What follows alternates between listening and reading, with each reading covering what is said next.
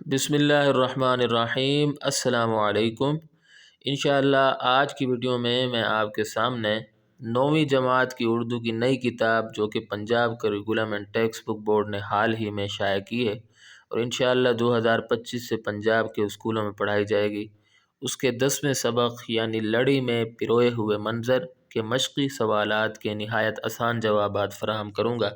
اگر آپ میری سابقہ ویڈیوز جو میں نے اس کتاب کے بارے میں بنائی ہیں مکمل طور پر دیکھنا چاہتے ہیں تو اس ویڈیو کی ڈسکرپشن میں موجود پہلی لنک کو وزٹ کریں، اور اگر آپ صرف سوالات و جوابات کی ویڈیوز دیکھنا چاہتے ہیں سابقہ اسباق کے تو اس ویڈیو کی ڈسکرپشن میں موجود دوسری لنک کو وزٹ کریں۔ تو آئیے ویڈیو شروع کرتے ہیں۔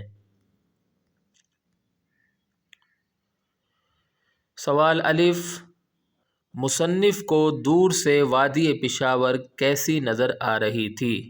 جواب، مصنف کو دور سے وادی پشاور بہت سرسبز نظر آ رہی تھی، اگرچہ اس کی زمینوں کو آتے جاتے لشکروں نے بار بار روندا ہوگا، پھر بھی وہ اب تک ہری بھری تھیں۔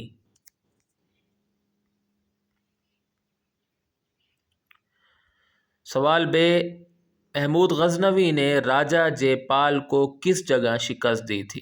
جواب، محمود غزنوی نے راجہ جے پال کو ہنڈ کے مقام پر شکست دی تھی۔ دراصل یہ ایک گاؤں ہے، کسی زمانے میں یہ گندھارا کا پایہ تخت ہوتا تھا۔ سوال ج، اٹک کا قلعہ کس دریا کے کنارے بنایا گیا تھا؟ جواب، اٹک کا قلعہ دریائے سندھ کے کنارے بنایا گیا تھا۔ یہ قلعہ مغل بادشاہ اکبر اعظم نے بنوایا تھا۔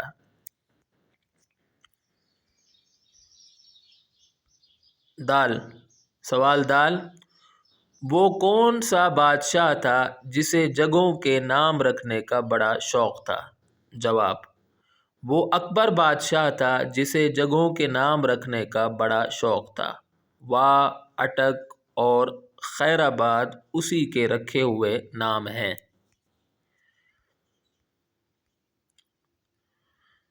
سوال ہے، مورخین کے نزدیک لاہور سے کابل جانے والی شاہراہ پر حسین ترین منزل کون سی ہے؟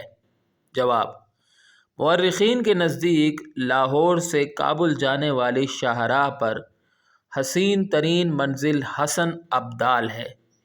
ماضی میں یہ شہر نہایت دلکش تھا۔ تو یہاں آ کر ہماری ویڈیو اختتام کو پہنچتی ہے۔ میں امید کرتا ہوں کہ آپ کو میری یہ کاوش پسند آئی ہوگی۔ اگلی ویڈیو تک کے لیے مجھے اجازت دیں۔